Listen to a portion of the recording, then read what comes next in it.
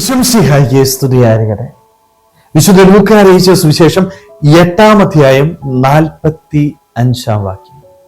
ഈശോ ചോദിച്ചു, ആരാണ് എന്നെ സ്പർശിച്ചത്? തിക്കിത്തിരക്കുന്ന ജനക്കൂട്ടത്തോട് ഈശോ ചോദിക്കുന്ന ഒരു ചോദ്യമാണത്. ആരാണ് എന്നെ സ്പർശിച്ചത്? ഒരുപക്ഷെ നമ്മൾക്ക് ചിന്തിക്കാം, എന്തൊരു ചോദ്യമാണ് ഈശോ ചോദിച്ചത്. കാരണം ഈശോയുടെ ചുറ്റും ഇഷ്ടംപോലെ ആളുകളുണ്ട്.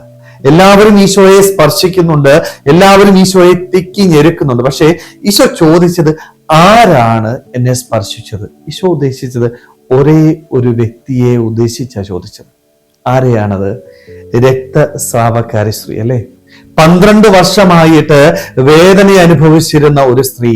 പല വൈദ്യന്മാരുടെ അടുക്കലും പോയി പല രോഗസഹായത്തിനായിട്ട് അഭ്യർത്ഥിച്ചു, പരിശ്രമിച്ചു. പക്ഷെ അവൾക്ക് രോഗത്തിൽ നിന്ന് മോചനം കിട്ടിയില്ല. വിശ്വാസത്തോടെ ആരും കാണാതെ ഈശോയുടെ പിന്നിലൂടെ വന്ന് അവന്റെ വസ്ത്രത്തിന്റെ വിളുമ്പിൽ സ്പർശിച്ചു. ഈശോയുടെ ദേഹത്ത് പോലും തൊടുന്നില്ല.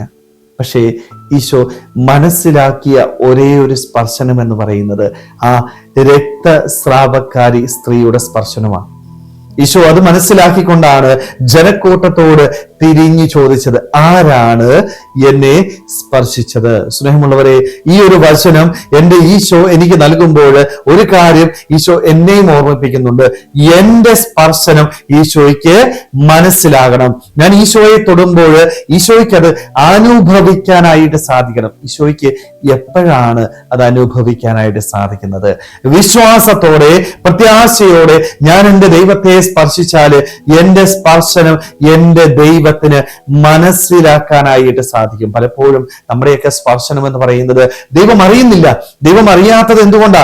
എൻ്റെ ജീവിതത്തില് എനിക്ക് വിശ്വാസം ഇല്ലാതായി പോവുക, പ്രത്യാശയില്ലാതായി പോവുക. ഈശോയെ അനുദിനം വിശുദ്ധ കുർബാനയായിട്ട് നമ്മൾ സ്വീകരിക്കുന്നുണ്ട്, ഈശോയെ നമ്മൾ സ്പർശിക്കുന്നുണ്ട്, ഈശോ എൻ്റെ ശരീരത്തിന്റെ ഭാഗമായിട്ട് മാറുന്നുണ്ട്. പക്ഷെ എൻ്റെ സ്പർശനം എൻ്റെ ഈശോയ്ക്ക് മനസ്സിലാകുന്നില്ല. കാരണം എൻ്റെ വിശ്വാസ ജീവിതത്തില് പോരായ്മകൾ സംഭവിക്കുന്നുണ്ട്.